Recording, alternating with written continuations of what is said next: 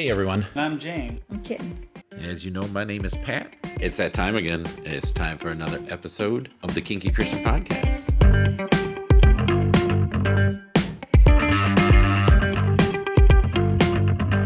Ooh, yeah, my booty. I got your booty. Ooh. Yeah. So be careful. While I'm grabbing her booty, we're going to welcome everyone to the Kinky Christian Podcast. You found us again, hopefully On purpose. on purpose and not accidentally. But if you did find us accidentally, Welcome. welcome. Hope you enjoy the show. I'm Pat, I'm Kitten. and we are doing a series. I say a series. This is the second episode. I don't know if there'll be more on this. We don't know yet. Yeah. We kind of shoot from the hip on things in case you can't tell. But we're doing a series on the internet and how it has affected different aspects of our relational and sexual experiences. Right? Right. Call that, Yeah. that seem accurate? Sounds pretty accurate. So in a previous episode, we touched on how the internet kind of changed how we date. You know, we went from, decades and centuries ago, from arranged marriages, which still happen, and how then you go out to meet people and meet people at work, and now we got dating apps and swipe right, swipe left, and so now we want to talk about how the internet has affected and impacted our access, I guess you would say, to adult materials and our sexual education, kind of, that whole, we're going to kind of roll it all into one thing. So I remember, I don't know how they used to do it before my time because I wasn't around, and my parents, we didn't talk. I mean, everyone, it's kind of funny because everyone jokes about, oh, you got to have the talk with your kids. Yeah. The birds and the bees. And my parents, that was a no-go. That never happened. And my dad never sat me down and said, now listen, son, this is your penis. And, what was that? Oh, kindergarten cop. Boys have a penis, girls have a vagina. We never had that. So I don't know if it was just because my dad was very Old. Well, he was old, but if he was just kind of a personal, he kept a thing. I don't know. But I had heard that in past lives, that's what they did. They sat you down and had the talk, right? I didn't get the talk either. You didn't get the talk? No, I didn't get the talk. Well, my mom was very sexual and she was. outwardly sexually. Yeah. And she never sat you down? No. Well, didn't. and maybe that's why you explored it the way you did. Could be. I mean, it had to make an impact.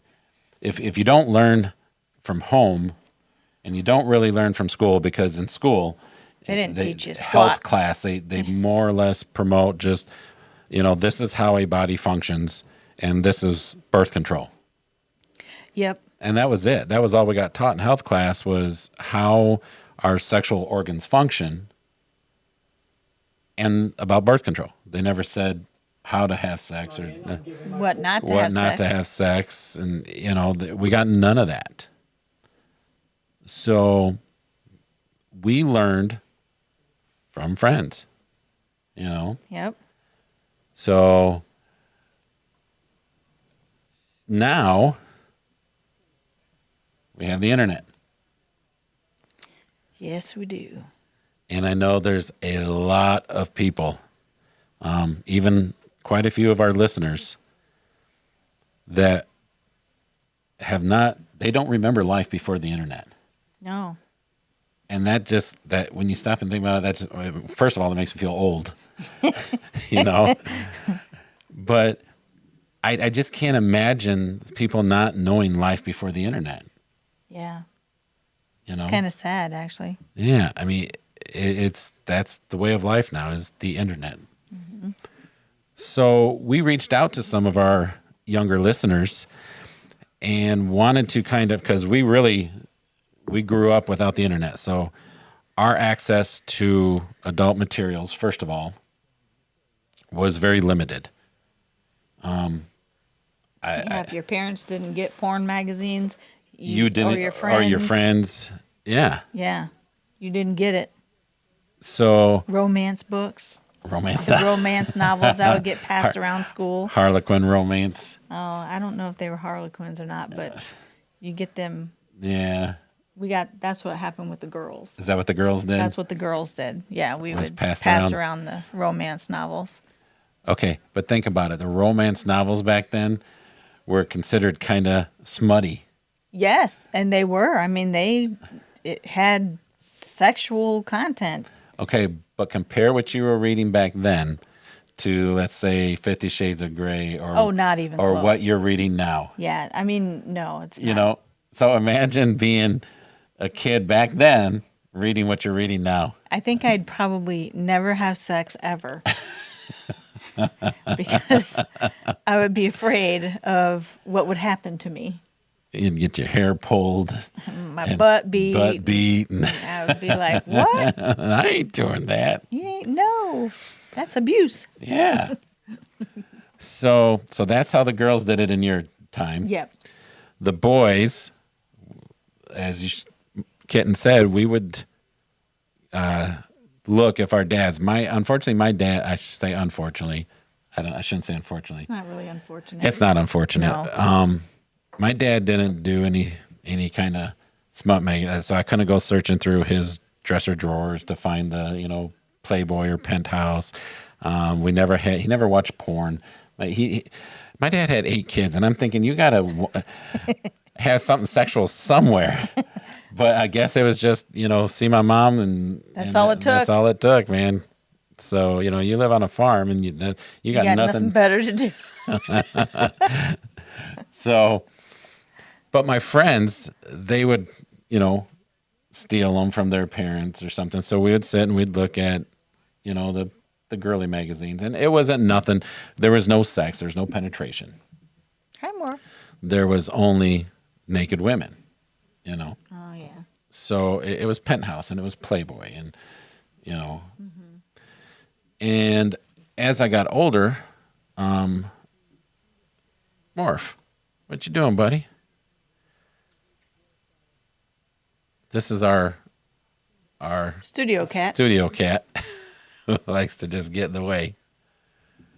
So as we got older, VCRs really became prominent. I grew up in the 70s. We both grew up in the 70s, into the 80s. Well, in the 70s, there was no VCRs, and we only had 3 channels on TV. It wasn't until the I shouldn't say there was no home VCRs. They were very expensive, and only like schools and that would have them to show stuff. And it's not like there's just tons of stuff out there to watch anyway. Okay, you probably lost half of our listeners when you said VCRs. Yeah, I know. Just saying. I bet I did. So when home video cassette recorders really came into prominence in the late 70s into the 80s, that's when porn really started making it into my life. Because I had friends who had parents who would watch porn. And I remember, and I might have told this story before, I remember the very first porn I ever saw. I was 14 at the time, and my friend got this one, and he loaned it to me. And it was a spoof on MASH, which I'm sure no one's going to know what MASH is. MASH was a TV show back in my day that I used to watch. Look it up. You'll understand what it is. But it was a porn spoof on it. So I took it home, and oddly enough, even though we never had porn in the house or any kind of adult material in the house, I knew my parents wouldn't care. So I started watching it. My dad sat down, started watching it with me. How awkward. Well, but you would think it would be, but it really wasn't, because 15 minutes into the movie, I look over and here's Dad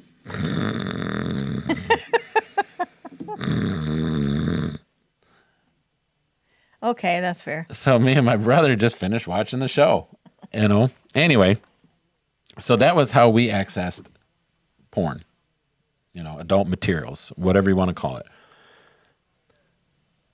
Now we have the internet. And I will tell you right now that if there's a way to make money off something, the porn industry will find it. Oh, yeah. They're the first. Believe it or not, I'm going to date myself again. When VCRs were first making it big, there was two formats. There's the VHS, Right. and there's Betamax. Yep.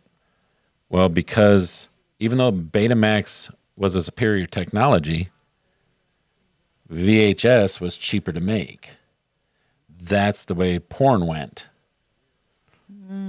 And that kind of, I've read numerous articles that has said that that's the biggest reason things tipped that way was because you could get porn on VHS, but you couldn't get it on Betamax That's funny. as easy. Yeah. Anyway, true or not, I don't know. But the porn industry leads in a lot of things that people would not think about. So when the internet came along, of course, you can get porn everywhere. Yeah. And so for these younger people, younger adults, younger kids, just younger individuals who don't know life before the internet, it's so simple to get porn for free. I mean, and if you can think of it, you'll find a porn version of it. Pornhub for the win. Right? I mean, it's everywhere. So we reached out to compare our experiences to those of you younger listeners that have never known life without the internet. And it was very interesting to find, at least from the ones that we spoke to, that even though the delivery method was different, a lot of what they experienced was the same. Yeah. You know, yes, the internet made it much easier.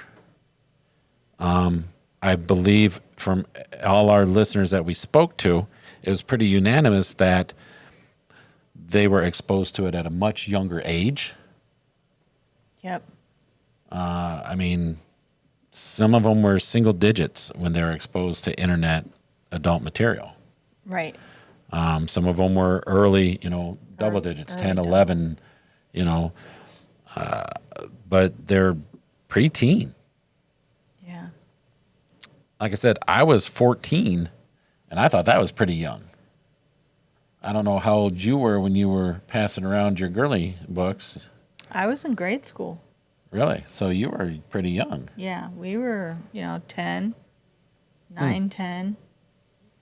Yeah, that's to me, that's kind of young. Yeah. Now, girls age, they don't age, they mature Right. faster. Well, and plus, I don't know if it matters, but I was in a different region. Yes, of the country. So, Yeah, my culture was different than what you were experiencing up very here. much so. Yeah. And your family, Family of origins. well, no, the like your circle that your mom hung with. Oh, yeah. The people that you hung with, the schools that you went to, and your family circle that was Right. a way different. I was a farm kid.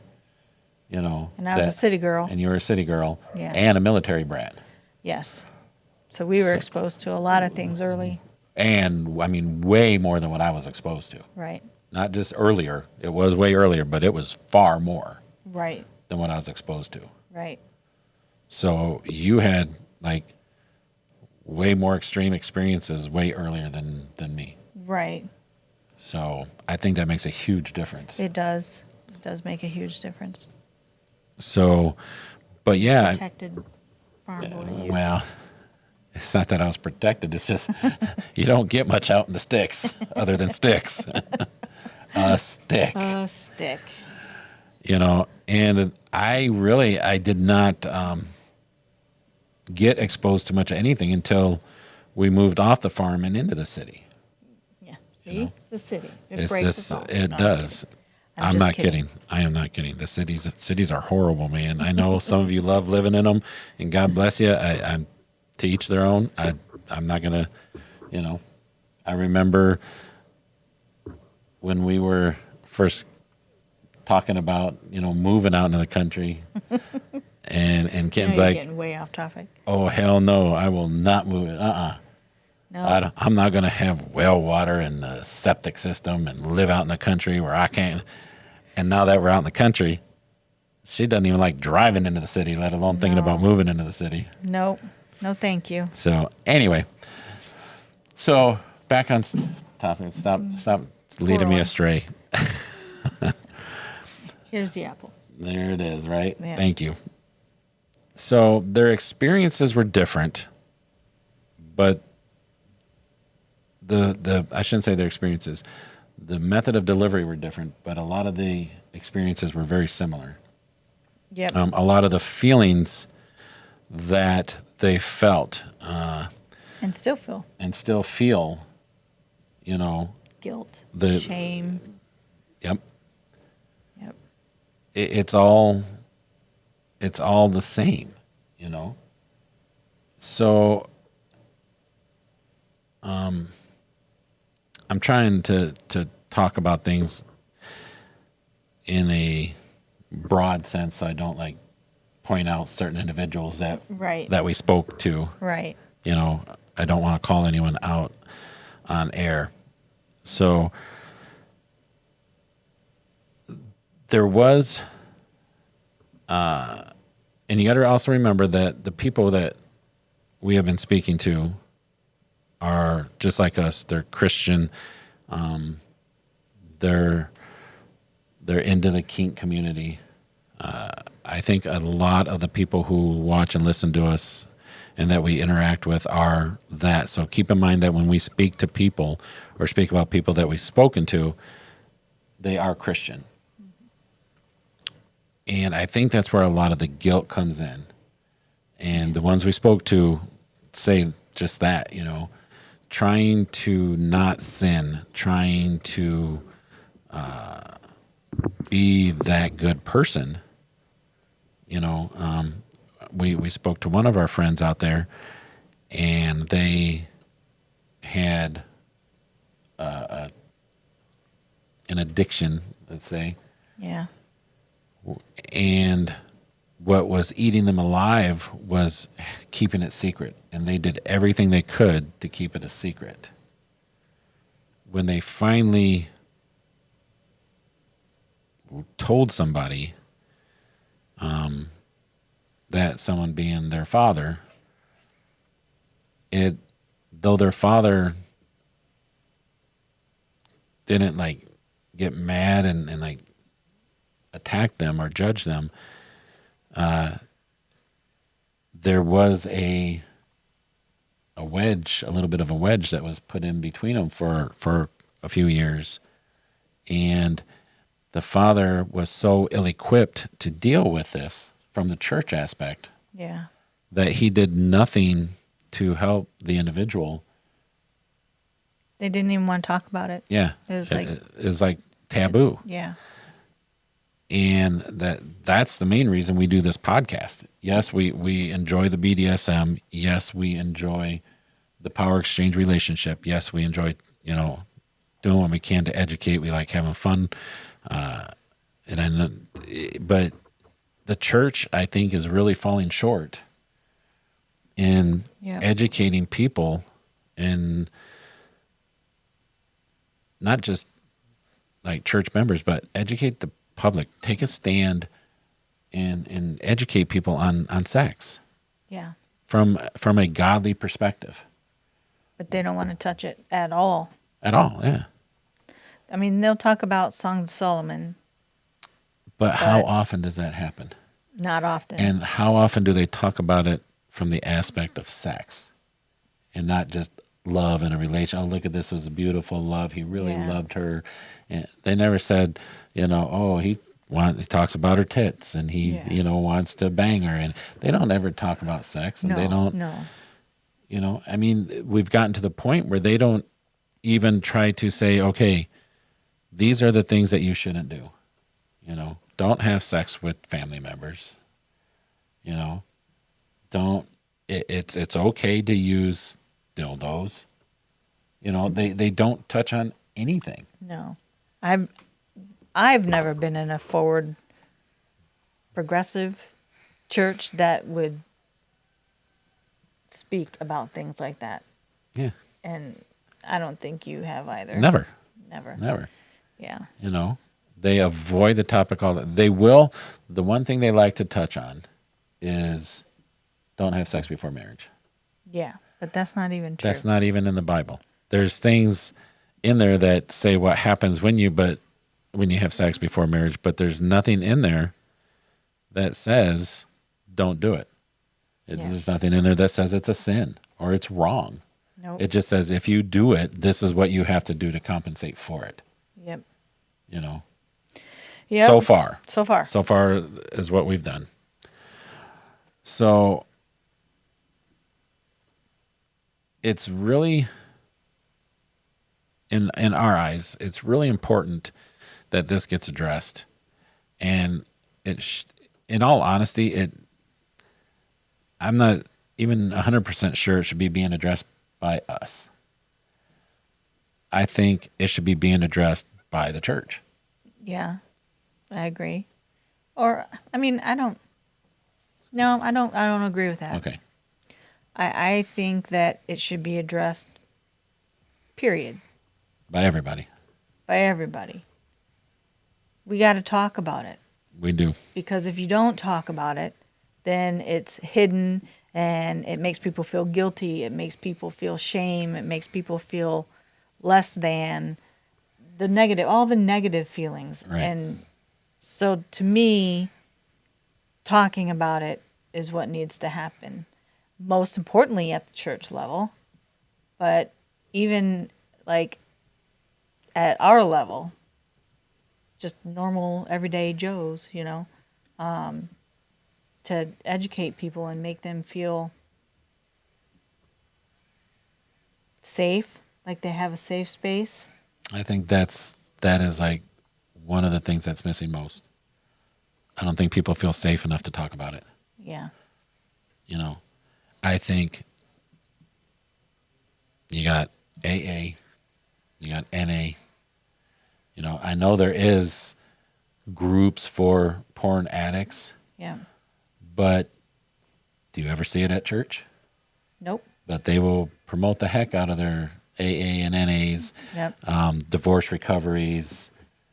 Yep. They will promote the heck out of that.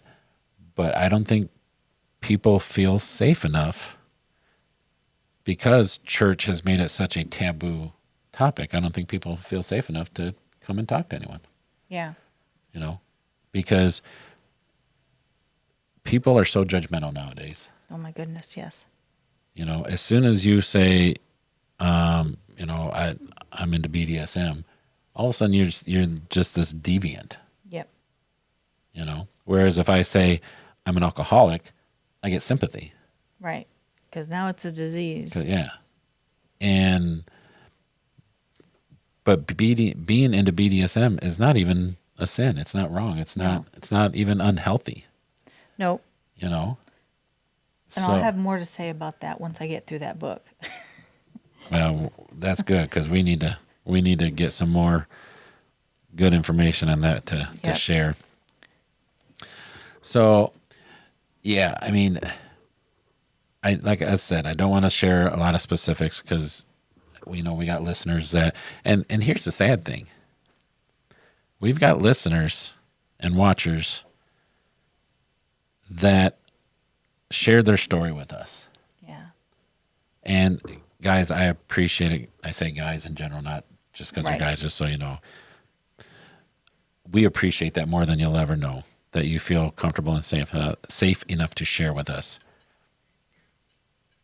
the thing is, it took a lot of building trust between us and them for that to happen, and I will never betray that trust. Right. We should be able to have those conversations without feeling like we're gonna, that was one of the things when we spoke to all of them. It, like I said, it took a little bit. Yeah. Yet, again, if this was Alcoholics Anonymous or Narcotics Anonymous, or I cheated on my spouse and I'm going through a divorce, whatever, it's easy for people to bring that up. Yep. These people should be able to talk to people and not. They're so ashamed and they're so afraid to bring it up. Why? Why do we live in a society that's like that? Where it's not the norm. Yeah. Yeah.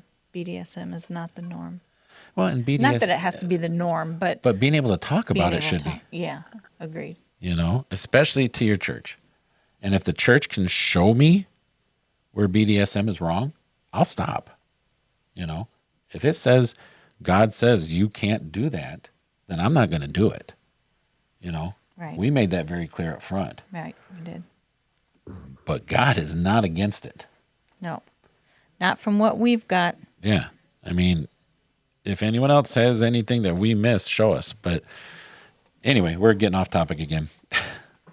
And we get going. I feel so bad that the church is failing so bad in this area. And that's why we started the podcast. Mm-hmm. But yeah, when we talk to our younger people who grew up with the internet, I really expected completely different stories, But they're pretty much the same. They were pretty much the same. It made it a lot easier. So they were exposed to more adult material at an earlier age with much greater ease than what we had it. Correct. And more graphic. Correct. Their processing of it, their feelings about it, what they went through was very similar to what we did, though. Yeah. I was never huge into adult material. I think it's because we became sexually active so early. Yeah, we didn't need it. Yeah, we had each other Yeah. So there was really no need for it. That's my feeling. But yeah, I mean, I've talked to friends my age,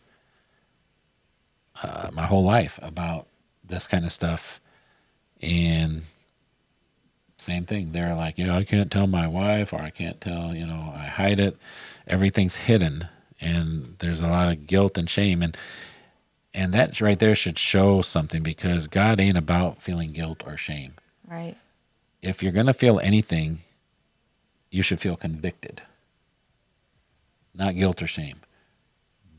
But when it comes to sexual sin, of all the sins that are out there, when it comes to sexual sin and things that aren't even a sin, when it comes to sex, I feel the church has made us feel so ashamed of it. That we feel like it's a sin, and it's not. There you go. That's exactly right. I didn't even think about that, but yeah, you're exactly right. We feel like it's a sin. Yep. But it's not. So, I'm not saying porn is right or wrong. I haven't really found anything that We haven't gotten that far. says it is or isn't. We've hit a couple verses where it talks about uncovering someone's nakedness. Yeah, their father. And in a couple other areas it talks about it, but it seems to talk about it in different contexts. So we'll deal with that as we go. But I haven't seen anything anywhere that says watching someone have sex is bad, other than later on where Jesus says if you lust after someone, Right. you've committed adultery in your heart. So that part of it, I can see. If porn is tempting you to lust after someone, I get it. Right. But we haven't gotten there yet. We haven't gotten there yet.